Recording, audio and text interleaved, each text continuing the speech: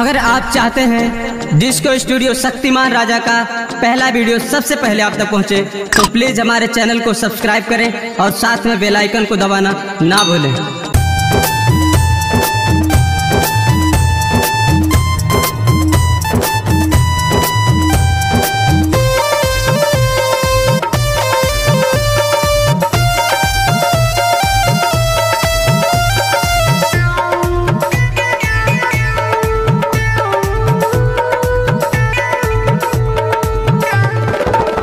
बोली घर है कब आइब है यार, अकेले बड़ी जाड़ लगता।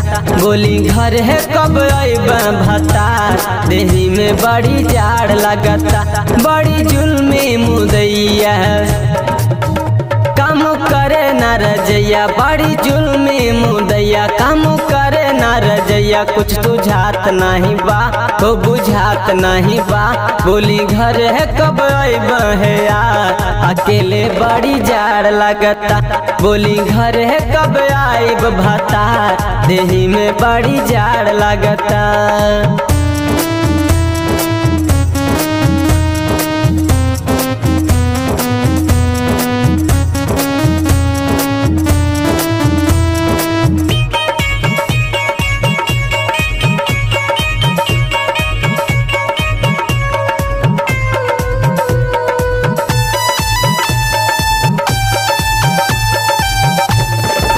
दिन रात है सोचत रहेनी, बीतल बतिया याद करेनी। अब तो एक पल लागे न मनावा, आवे के रहिया हम देखत रहेनी। आवे के रहिया हम देखत रहेनी। कम करी न रुपैया देह गल जाई जहिया, कम करी न रुपैया देह गल जाई जहिया। ना जोगाड़ लगता ना जोगाड़ लगता। बोली घर है कब आइब है यार, अकेले बड़ी जाड़ लगता। बोली घर है कब आइब भतार, देही में बड़ी जाड़ लगता।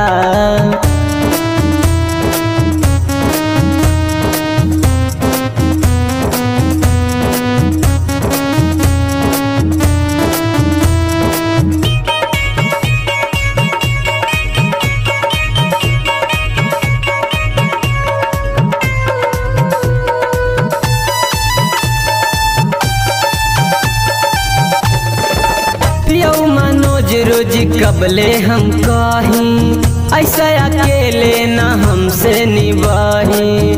देवरा सूरज नहीं मानेला बतिया, अपन फीलिंग जाके केकरा से कही।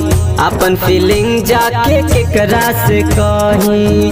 सब आ गइल घरे हमर मन बड़ी करे। सब आ गइल घरे हमर मन बड़ी करे। ना सुतार लगता ना सुतार लगता।